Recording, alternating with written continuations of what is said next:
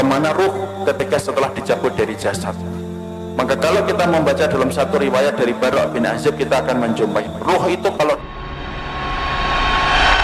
A'udzu billahi minasy syaithanir rajim. Bismillahirrahmanirrahim.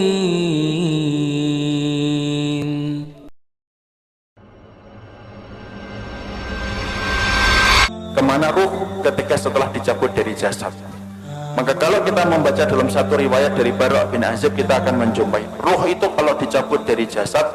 Maka kita harus paham, malaikat itu Pak, kalau akan mendapati orang itu meninggal dunia, maka para malaikat itu akan datang serombongan. Kemudian dalam satu riwayat hadis, Rasulullah itu berkata ketika beliau itu bersandar ke tongkat, maka beliau mengatakan ista'idu min adzabil qabr, berlindunglah kalian dari azab kubur. Diulang-ulang oleh Nabi sampai 3 kali. Kemudian Nabi mengatakan idza kana al-mu'min fi inqita'i minad dunya wa iqbalu minal akhirah. Seorang mukmin itu kalau akan meninggalkan dunia dan datang dalam urusan akhirat, nazala ilaihi malaikatun minal malaikah, maka akan datang serombongan para malaikat-malaikat. Kalau yang didatangi itu adalah orang yang beriman, yang datang malaikatur rahmah bersama dengan malaikat maut. Malaikat yang mencabut nyawa, penamaan yang benar bukan malaikat Israel, tapi penamaan yang benar itu malaikat maut. Dia datang serombongan bersama dengan malaikatur rahmah. Para malaikat kemudian di mana? Fajalasu inda mudil basar. Para malaikat itu duduk sejauh mata orang itu ketika memandang. Makanya orang kan kadang-kadang kalau mau meninggal dunia begini. Itu bukan melihat tatapan kosong, tetapi dia melihat sesuatu yang tidak pernah dia jumpai seumur hidupnya. Mana malaikat itu kalau yang akan dicabut adalah orang yang beriman, malaikat itu akan membawa 2 barang. 1, kafanun min akfanil jannah, kain kafan dari surga. 2, hanutun min hunutil miski, dan yang kedua itu akan membawa minyak wangi yang diambil dari surga. Setelah kemudian duduk sejauh mata memandang, yang akan datang, yang turun 1, malaikat maut di atas kepalanya. Setelah dicabut semuanya sempurna, malaikat maut selesai tugasnya. Kemudian diserahkan kepada malaikatur rahmah.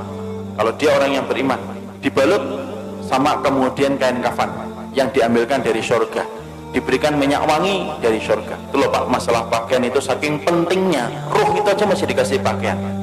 Makanya orang kalau sampai ngeremehin aurat itu kebangetan, karena ruh saja ditutupin. Itu kemudian bagaimana dengan kain kafan yang diambil dari surga, ditutup dengan kain kafan dari surga. Lalu kemudian dibawa ke langit yang pertama. Setelah dibawa ke langit yang pertama, Rasulullah mengatakan fastaftahu lahumul bab, mereka meminta supaya dibukakan pintu langit yang pertama. Pintu langit yang pertama terbuka. Kemudian mereka memasuki pintu langit yang pertama, karena sesungguhnya langit itu ada 7 lapis. 1, 2, 3, 4, 5, 6, 7. Satu lapis dengan lapis berikutnya sejarak 500 tahun perjalanan. Lapis yang kedua dengan lapis yang ketiga 500 tahun perjalanan. Atasnya Pak ada pohon bidara Pak, makanya dinamakan Sidratul Muntaha. Sidrah itu bidara, Muntaha itu puncaknya langit. Di atas langit yang ketujuh ada lautan. Dari dasarnya sampai permukaannya 500 tahun perjalanan. Di atas yang tempat yang begitu besar, itulah nanti kemudian yang menjadi salah satu tempat arasy-Nya Allah. Maka naik itu melewati langit yang pertama. Seluruh para malaikat gemuruh Pak, cuma kita tidak mendengar. Kita tidak pernah mendengar itu. Makanya dijadikan, kenapa pendengaran kita terbatas? Kalau dijadikan pendengaran kita sensitif, malah tidak bisa tidur. Karena tiap hari kita akan mendengar omongan para malaikat, dan kita akan mendengar omongan orang ketika mati, dan apa yang disampaikan oleh para malaikat di atas langit. Dijadikan pendengaran kita terbatas karena ada banyak hikmah. Lewati langit yang pertama bergumuruh para malaikat yang kemudian berkata, maniruh hadat tayyib. Ini pemilik ruh yang baik, ini miliknya siapa? Hadza fulan bin fulanan. Ini disebutkan namanya yang terbaik yang dia pernah miliki ketika di dunia. Seluruh malaikat menyambutnya. Naik ke langit yang kedua, minta dibukakan pintu langit yang kedua, dibukakan. Terus sampai akhirnya menembus langit yang ketujuh.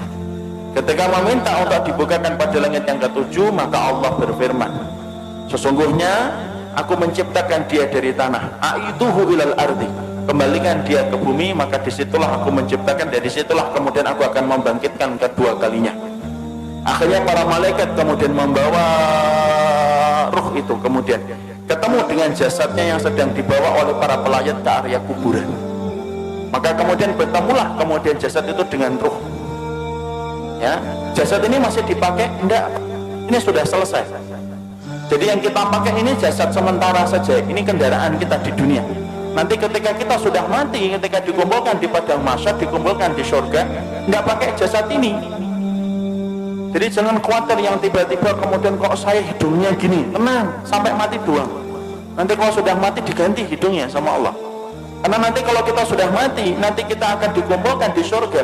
Fisik kita itu sudah beda dengan fisik di dunia. Makanya fisik kita nanti kalau masuk surga sebagaimana fisiknya Nabi Adam, tingginya 60 hasta, sekitar 30-40 meter. Maka ketika jasad itu dibawa ke liang kubur, sempat diketemukan dengan ruh sebentar, tapi saat itu jasad sudah tidak ada faedahnya.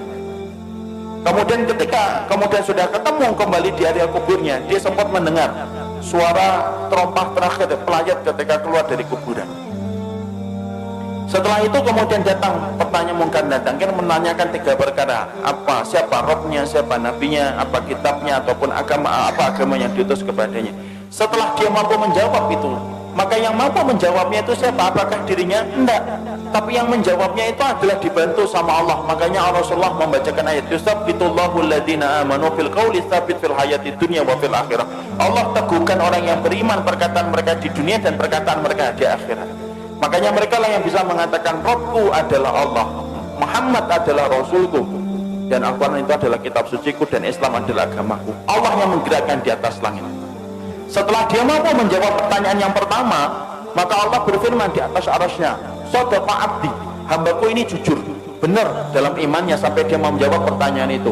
Waftahu lahu baban ilal jannah, maka bukakan pintu antara kuburnya dengan surga. Malaikat membukakan pintu, tidak ada batasan antara kehidupannya di kuburan dengan surga. Dia melihat surga itu, tapi bedanya cuma satu, dia belum bisa masuk ke surga itu. Kemudian Allah bukakan pintu surga itu. Kemudian datang kepadanya seseorang, kemudian dia bertanya, siapa anta? Man anta? Kemudian dia menjawab, orangnya begitu rupawan itu berkata, ana amaluka sholih, saya adalah amalmu yang sholih. Ini sholatmu, ini puasamu, ini sedekahmu, ini ridhomu, ini takdirmu. Maka ini adalah keikhlasanmu, ini infakmu. Maka saya akan menemani kamu sampai nanti hari kiamat. Saking senangnya, ruh itu kemudian berteriak, teriakannya apa? Ya Rabb, aqimis sa'ah hatta arji ila ahli. Ya Rabbku, tegakkanlah hari kiamat supaya aku ketemu cepat dengan keluargaku. Masya Allah. Jadi memori tentang keluarga itu tidak pernah hilang. Sampai orang ketika di kuburan pertama kali, tidak ada yang dia lupakan kecuali adalah masalah dia bersama keluarga. Nah, disitulah kita paham. Kemudian pertanyaan kita, ruh itu ditempatkan di mana, Ustaz? Ruh itu ditempatkan oleh Allah berdasarkan perkataan yang disampaikan oleh Imam Ibnu Qayyim itu macam-macam. Ada ruh yang ditempatkan di dalam kubur mendapatkan kenikmatan.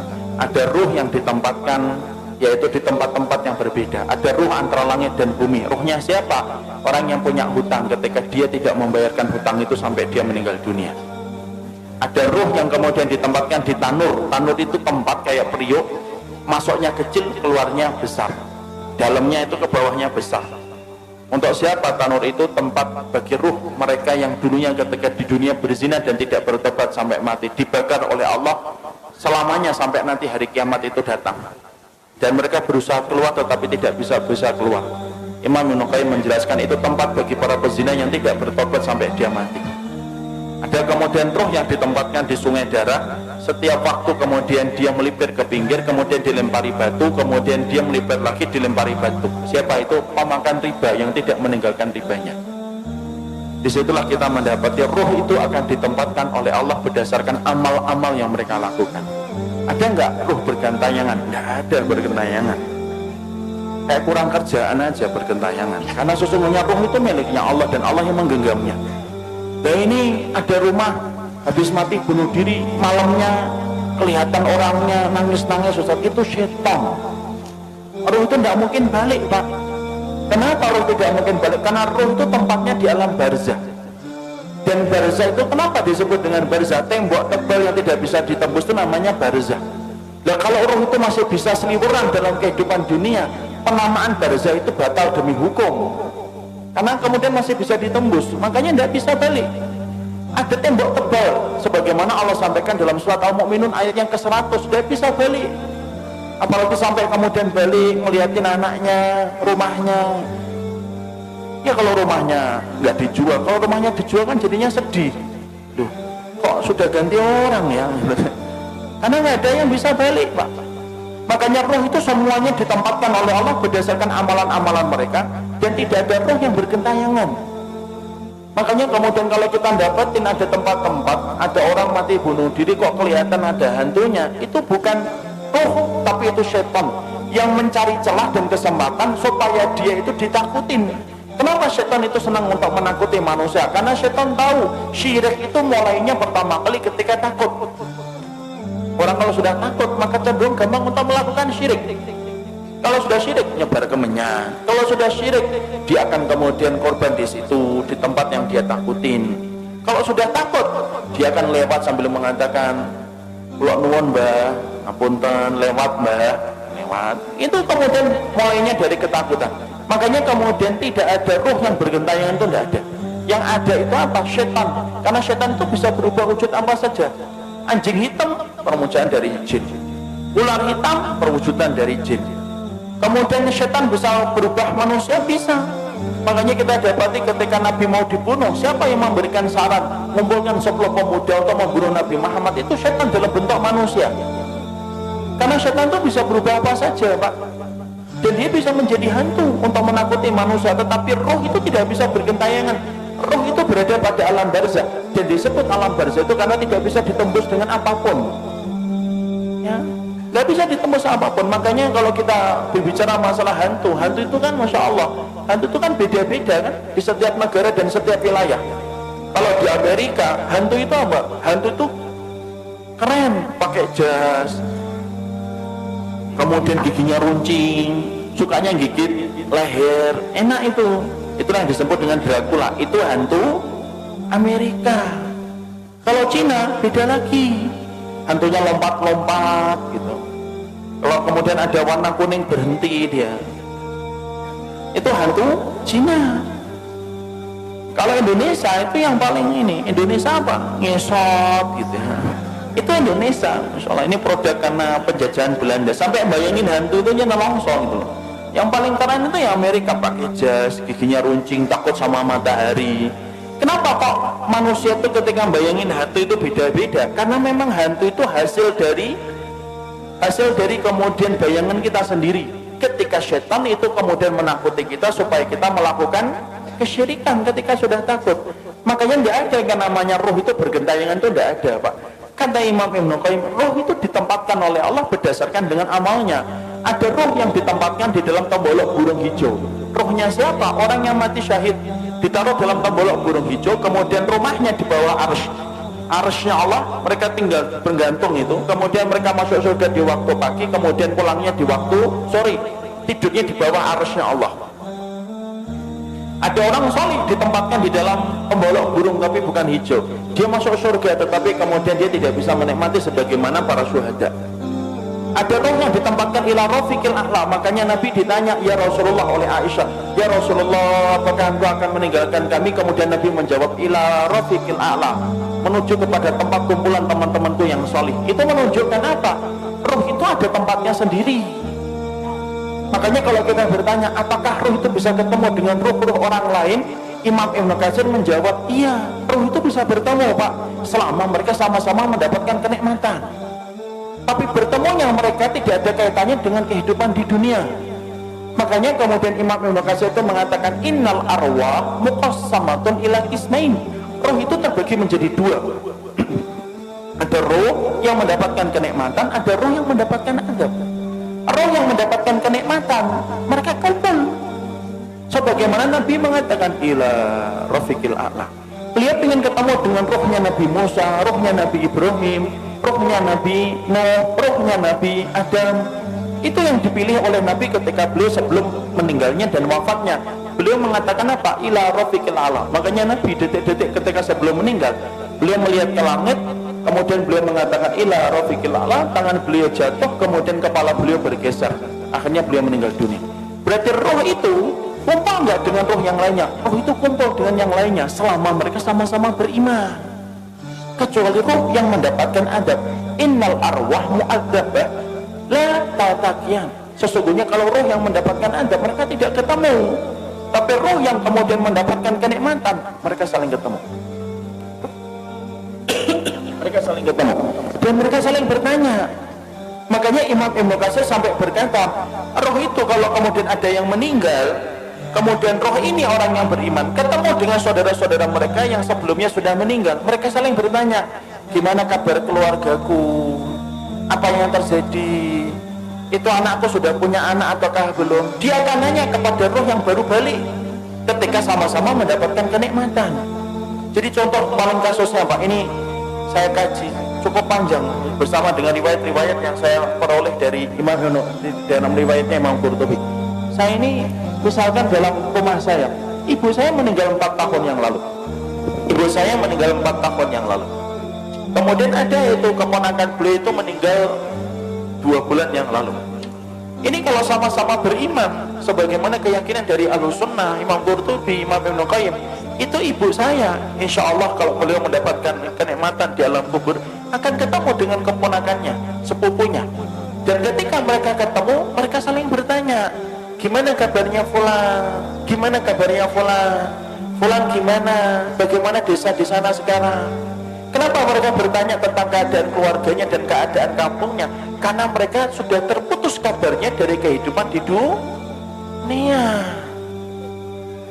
Makanya inilah yang menjadikan kita akhirnya ternyata roh itu, dia itu ada yang mendapatkan kenikmatan, dan di antara kenikmatan itu akan dipertemukan dengan roh-roh yang beriman.